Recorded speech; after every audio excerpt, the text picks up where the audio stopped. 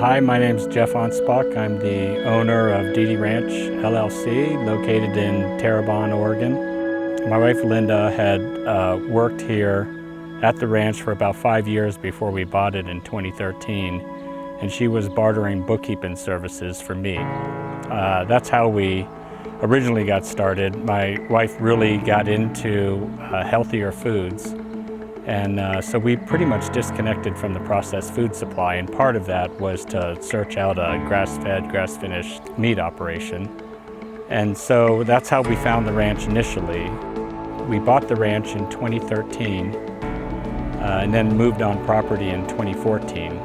When we decided to buy the ranch, we didn't quite know what we were getting ourselves into, but we were very motivated. It was trial by fire when we first started out. We had originally just been doing bulk sales. And bulk sales are pretty hard to do because they're in Central Oregon here, there's a lot of people who have access to someone who has 5-10 acres and can grow a steer or two, and then they split it amongst themselves. So there's quite a bit of downward price pressure and a lot of competition. So what we ended up doing was that we really took a hard look at trying to get to the end customer. So for us, that was a community-supported agriculture meat box. In my other job, I worked with USDA pretty closely on in the telecommunications space. So I had some pretty good networking with USDA, and we also talked with another ranch nearby who had the value-added producer grant, and so talked with them about how they did it, and it definitely was something we were needing. And so for us, the value-added producer grant was the next logical step for us to take to finish off our cutting out the middleman, so to speak, and go straight to the end customer. So what we used the grant funds for were operations, marketing, and public relations. And what it did was it freed up cash flow for us to go ahead and really pick up some CSA, community support agriculture software to help with the point of sales piece. It helped with marketing and outreach. It really helped us get to our nearest market, which is Bend, Oregon.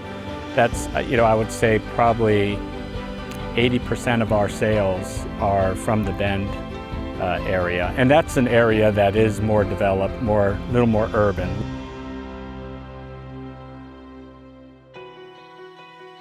Well, the advice I would give is I would say that when you get into ranching and farming, there's really 3 legs of the stool that have to be covered. And so obviously one is operations, the other one is marketing and sales, and the other one is accounting. Accounting is as important as the other two because without numbers, you can't make good business decisions. So if it's someone who's not strong on the accounting side, I would be the first thing you should do is find someone that is, so that you can track the expenditures, you can track what are qualifying expenses and what aren't, putting them in the right buckets, getting a report set up so it's easy to administer every month for the draws. That's usually can be the most stressful time, especially when you're dealing with grant funds. So procrastination is never a good thing when you're dealing with numbers. So that would be the first thing. I think to just calm the fear of doing something wrong or not recording something in the right way. Get that done up front so you have that ready to roll by the time you do the grant application. Regardless of whether it's just the value-added producer grant, but really developing a partnership and a relationship with your local USDA offices is vital.